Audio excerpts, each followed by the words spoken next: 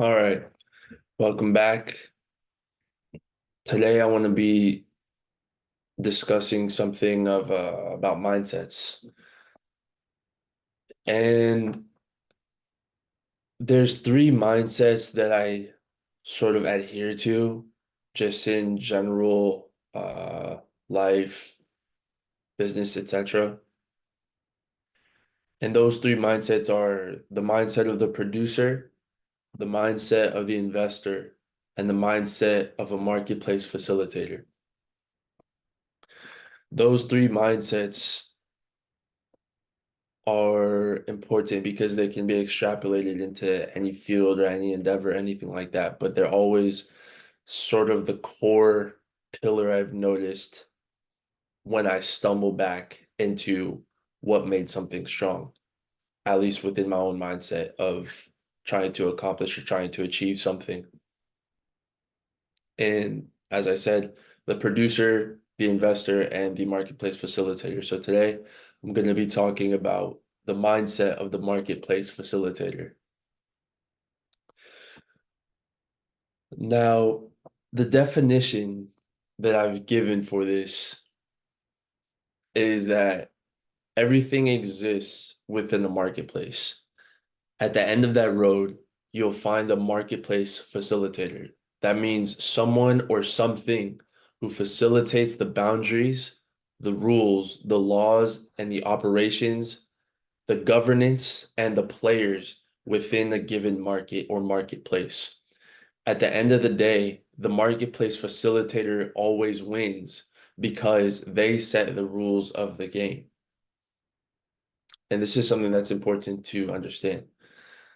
Every single thing exists within the marketplace. You have the dating marketplace, the sexual marketplace, the money marketplace, the real estate marketplace, the product marketplace. Every single aspect of life exists within the marketplace. And at the end of that marketplace, someone facilitates that market. If you're thinking about, real estate and everything like that, who sets the parameters for the land and the distribution of buyers and sellers? When you're thinking about products, for example, Amazon or Alibaba or AliExpress or Shopify or whatever, even Apple, they're all marketplace facilitators. Amazon facilitates the sale. When it started was the sale of books to readers, and then it opened up into other products itself, into all sorts of products. People can list all of their products on there, and there's all sorts of buyers on that marketplace. Alibaba, same thing, just in China. Um, Shopify is a marketplace, which a very important marketplace for brands and websites. People who want to get into e-commerce and or digital commerce, etc. And they want to sell to digital buyers. Well, Shopify enables that marketplace, the seller, the brand, or anything like that, and the buyer, the consumer, the audience. Even Apple with their the App Store and everything. The App Store allows, developers and everything to create apps and sell that to people who want to buy or download the apps. When we think about even like dating or something like that, dating or like the sexual marketplace where people go to meet for their relationship needs in a physical space. That might be like a club or something, you know what I mean? That might be a bar, it could be a restaurant, it could be a venue, it could be something along those lines. In the online space, you have obviously the dating apps. Um, and so there's always someone facilitating that exchange of buyer and seller. And it's a very strong position to be in, even when we think about like geopolitically, right? Geopolitically, the US government facilitates the market for commerce in the US. They facilitate the buyers, the US buyer, and overseas sellers. And that obviously extends to other countries as well. But that's really the biggest thing that the government does. And then they take their commission or they take their yeah, they take their commission on that in the form of tax or anything like that to facilitate that exchange of buyer and seller in between foreign sellers and domestic buyers. Um, so the marketplace facilitator is always an interesting, it's almost, I almost want to say like a hidden hand, but it's always present. It's always present, and no matter what you're doing. And the more that you can keep your eye out and understand who the marketplace facilitator is in a given marketplace, you'll understand better the rules and the players in the games. Like I said earlier, what was it? It was the yeah, the laws, the governance, the operations, and the players within that marketplace so that you can succeed in the marketplace. And it's a very important mindset to have because everything changed when I started to understand from that perspective. Because if you let's just take it as like a very simple um a simple example, right? In just the old times. Let's say you were old time and you had fishes and you were selling fishes and you would go to the place wherever the market is and you would go to sell your fish. All right, you sell, I don't know, 10 fish a day. Okay, you collect that.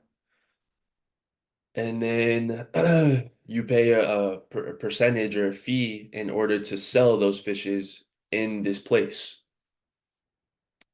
Now, imagine instead you're the guy who facilitates the sale of produce. So now you have a guy who sells fish. Now you have a guy who sells oysters or crustaceans. Now you have a guy who sells meat. Now you have a guy who sells rice. Now you have a guy who sells beans. And all those people are interacting in your place and they're all sending you a fee of whatever they make. It's way more interesting that way. I think it's way more interesting. I mean, obviously this is kind of like the middleman perspective or whatever. Some people don't like the middleman, some people like the middleman, but I think the middleman is a very interesting position to be in if done correctly. Um, and a marketplace on the greater level done well is can be extremely powerful. And all of the big giants, corporate giants and everything like that, they all are marketplace facilitators. So even when we think about eyeballs and attention, you think about social media. Social media is one of the biggest marketplaces because they facilitate attention, which is the buyers, and they facilitate sellers, the brands or whatever. They broker that exchange, that interaction, and they can say who the buyer sees off of the bidding, right? When we think about ads and everything like that. So it all comes the whole everything when it comes back down is it always comes back down to the marketplace facilitator. And so when you're positioning yourself in that mindset of how can I facilitate this marketplace, it's a very strong place to be in. And one of the reasons why I think this is important is because the marketplace facilitator essentially allows a platform or a place for other people to build on top of that in their own self-interest. So if you think about a marketplace as a foundational thing, and then people can come in and build on top of that out of their own self-interest, whatever they want, it's a great position. It's a great position to be in because the seller out of their own self-interest is looking for something from the buyer, and the buyer out of their own self-interest is looking for something to get from the seller and to facilitate that exchange. Um, and so every single thing I do now, I always take up the mindset of like, okay, how can I facilitate a marketplace around this idea? What even if it's not an explicit marketplace, what are the marketplace factors that could be ingrained or embedded into this idea, even if it's not explicitly a dedicated marketplace. Um, right. So even if I'm thinking about, for example, like a restaurant, sure, I might be selling, I might be selling food. Well, if it's a restaurant, I'm selling food. I'm selling some type of produce or food or something like that. But what are the sort of non-direct marketplace interactions that I can help engage in or facilitate within a restaurant itself? Well, if I think about social capital, because we have all these different types of capital, right? Social capital, cultural capital, economic capital. Those are tools, those are brokering tools that can be used um, to help facilitate the less direct marketplace features. So when you think about a place like Nobu, for example, right? Nobu is a restaurant. Sure, they sell sushi or whatever fucking Japanese. I've never been there, but Nobu is a cultural is a cultural marketplace facilitator, meaning that they understand their positioning as facilitating social relationships. If you're eating at Nobu and you're spending, $300 on sushi or whatever their fucking prices are, and you're in the vicinity of someone else who's also spending that much money, well, now there's a chance possibility there to interact with people who value either the same values or have similar objectives or are like-minded.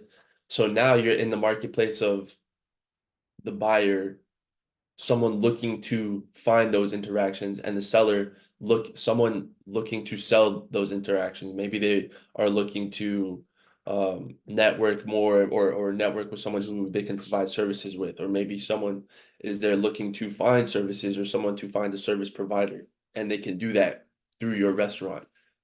Um, so that's just an example. I mean, that's just off the top example. Restaurant, when we're thinking about clubs or something like that, there's very hidden marketplace objectives in all of these things.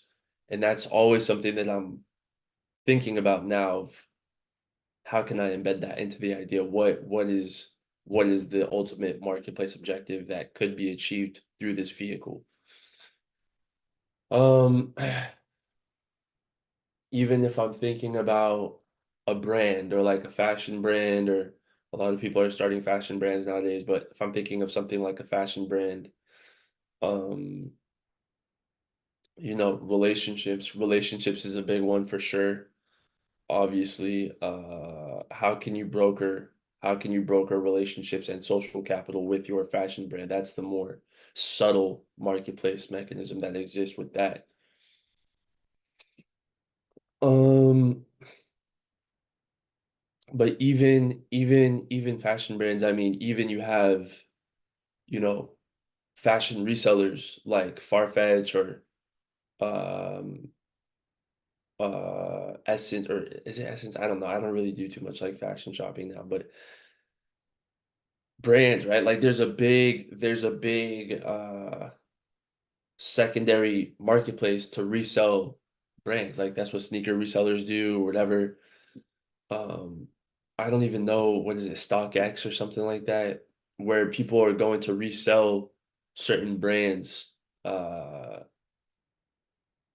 of either shoes or shirts or merchandise, apparel, furniture. Um and that comes back to a marketplace. All these places, you know, even when you think like a grocery store is literally a marketplace.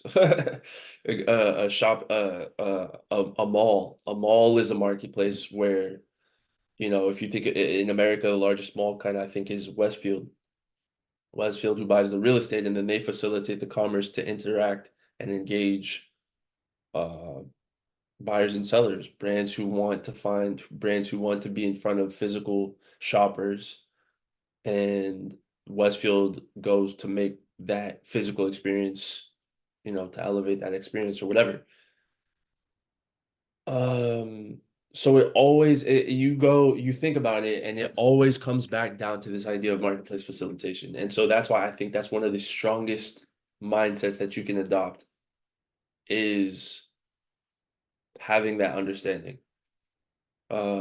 So that's one of the mindsets. I'll talk about the mindset of the producer and the mindset of the investor a bit later.